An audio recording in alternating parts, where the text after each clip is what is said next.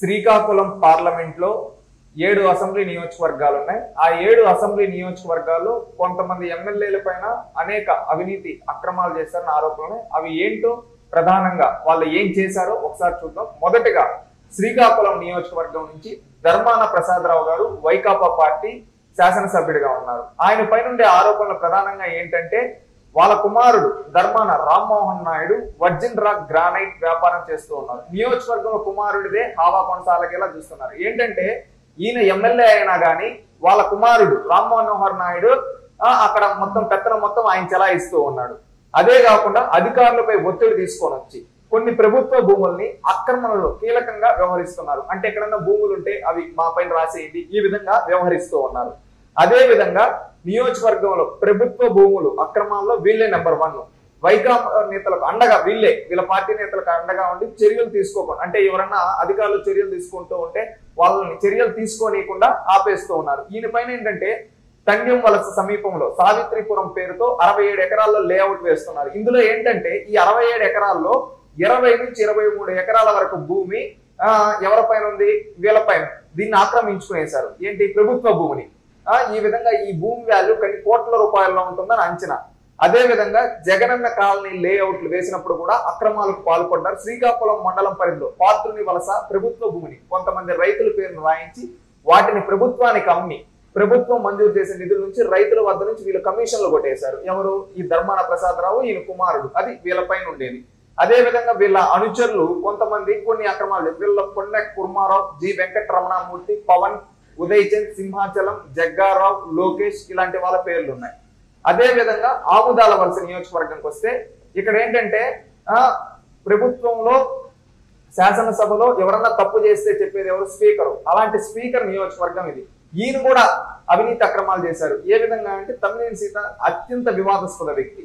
ఇతను తన అధికారాన్ని ఏ విధంగా ఉపయోగిస్తుంటారంటే అధికారులు తమ చెప్పు చేతుల్లో ఉండే విధంగా ఎప్పుడు బెదిరింపులు పాల్పడుతూ ఉంటాడు. అక్రమాల్లో నేరుగా దేనిలోనూ తలదొచ్చకుండా ఈయన భార్యని అనుచరుల ద్వారానే దందా సాగిస్తూ ఉన్నాడు. ఒక పెద్దరికంగా ఉండాలి. ఈయన ఏం చేస్తాడు, వీళ్ళ భార్య చేత కుమారుడు, ఈయన భార్య వాణిశ్రీ, కుమారుడు చిరంజీవి నాథ్, వీళ్ళ చేత అవినీతి అక్రమాలు చేయిస్తూ ఉన్నాడు. ఈయన కుమారుడు రాజకీయ అధికార కార్యక్రమాలు హాజరయ్యే పనులు నిమగ్నమయ్యాడు. భార్య వాణిశ్రీ మాత్రం పూర్తి స్థాయిలో దందా కొనసాగిస్తున్నారు. అధికారులను పావులుగా వాడుకుంటూ కాంట్రాక్ట్ అవుట్ సోర్సింగ్ పోస్టులు వేయించేందుకు లక్షల్లో వసూలు పాల్పడుతూ ఉన్నారు. ఎవరు, మన తమ్మినేని సీతారాం గారు, స్పీకర్ గారి యొక్క భార్య. ఈ విధంగా చేస్తూ ఆముదాల వలస మండలం తాళ్ల వలస వద్ద ఒక గోదాం ఇరువురు మధ్య తగాదాలో ఉంటే వాణిశ్రీ గారు సెటిల్మెంట్ చేశారు. అక్కడ ఉన్న 15 ఎకరాలు 4 ఎకరాలు దౌర్జన్యంగా ఎవరు, మన సీతారాం గారి భార్య తీసుకున్నారు. ఇది ఆముదాల వలస నియోజకవర్గంలో ఉండేది. అదే విధంగా నరసన్నపేట నియోజకవర్గం, ఇక్కడ శాసనసభ్యుడిగా ఉన్న ధర్మన కృష్ణదాస్ గారు, ఈయన మాజీ ఉప ముఖ్యమంత్రిగా కూడా చేశారు. ఈయన ఏం చేసింది, ఈయన మొత్తం కుటుంబం మొత్తం అవినీతిమయంగా మారింది.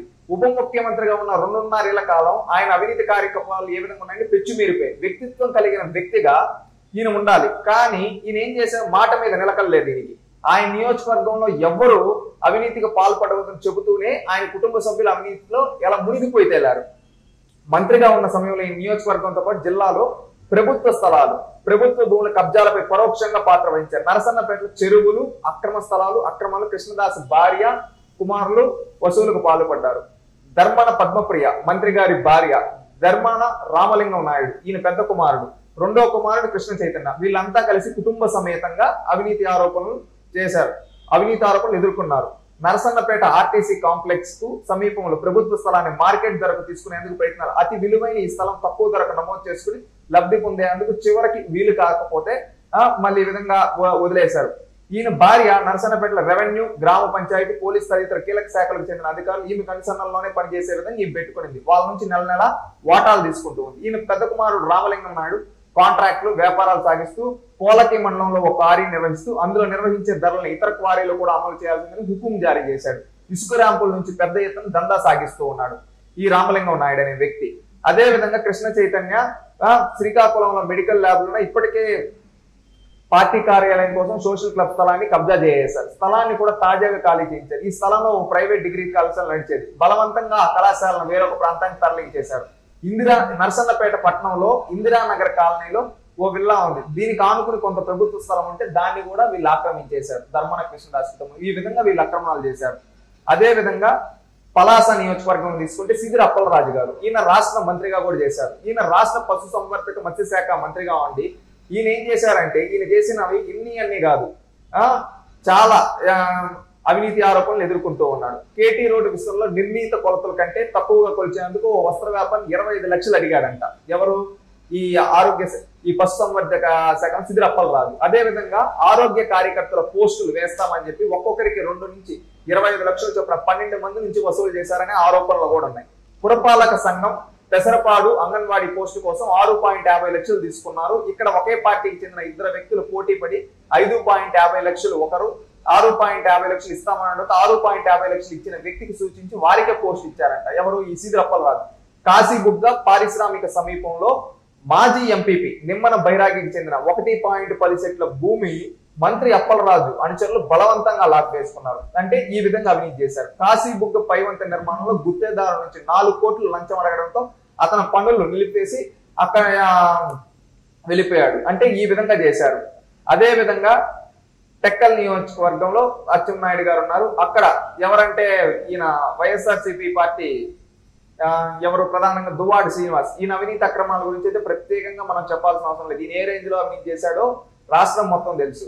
అదే విధంగా ఇచ్చాపురంలో బెందలం అశోక్ గారు శాసనసభ్యులుగా ఉన్నారు. అక్కడ వైసీపీ ఇన్ఛార్జ్ ఫిరియా విజయ గారు ఏ విధంగా అవినీతి చేశారు, అసలు ఎమ్మెల్యేను కూడా పక్కన పెట్టేసి ఎమ్మెల్యే కన్నా ఈమె ఎక్కువైనట్టు వైసీపీ ఇన్ఛార్జ్ ఓడిపోయినా కానీ ఈమె కథనం చలాయిస్తూ ఉన్నారు.